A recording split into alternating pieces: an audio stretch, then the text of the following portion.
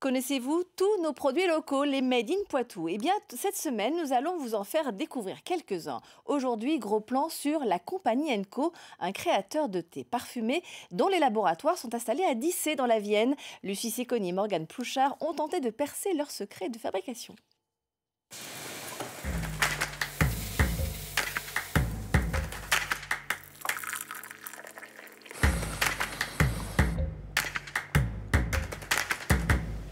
Là, c'est de l'abricot.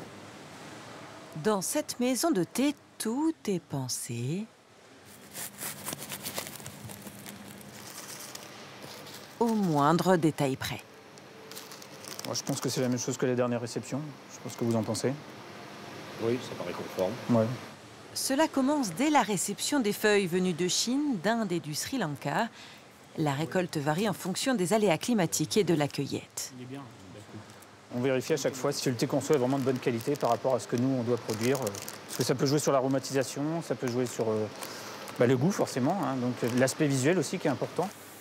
À Dissé, le thé est un art millimétré.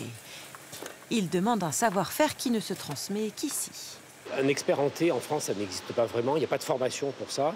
Et à voir les gestes des personnes qui travaillaient chez nous, j'ai tout de suite pensé à une formation de pâtissier. C'est donc un ancien pâtissier devenu aromatiseur aux commandes de cette machine. En apparence spartiate, mais qui fait toute la différence. On met du thé dans la cuve, je vais rajouter des arômes poudre et je vais injecter de la vapeur vers 7 bars. Et en fait, la vapeur elle va venir fixer l'arôme dans la feuille de thé.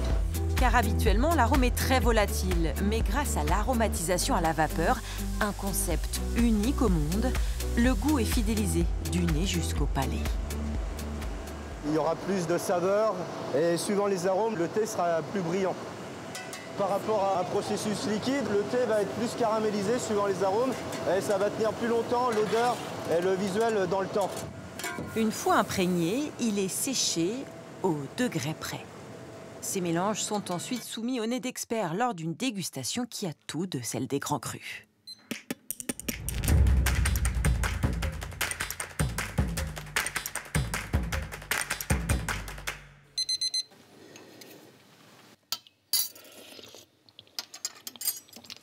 Alors, ça manque de rondeur, ça manque de puissance. Oui, c'est très banal en fait. Donc il y a pas ce qu'on souhaitait en fait à l'origine. L'idée est intéressante, mais malheureusement l'alchimie ne fonctionne pas. Assembler du thé, c'est tout un art. Quand on crée une recette, la plupart du temps, on va soit s'inspirer d'un événement, soit suivre une tendance, soit faire marcher en fait son imagination.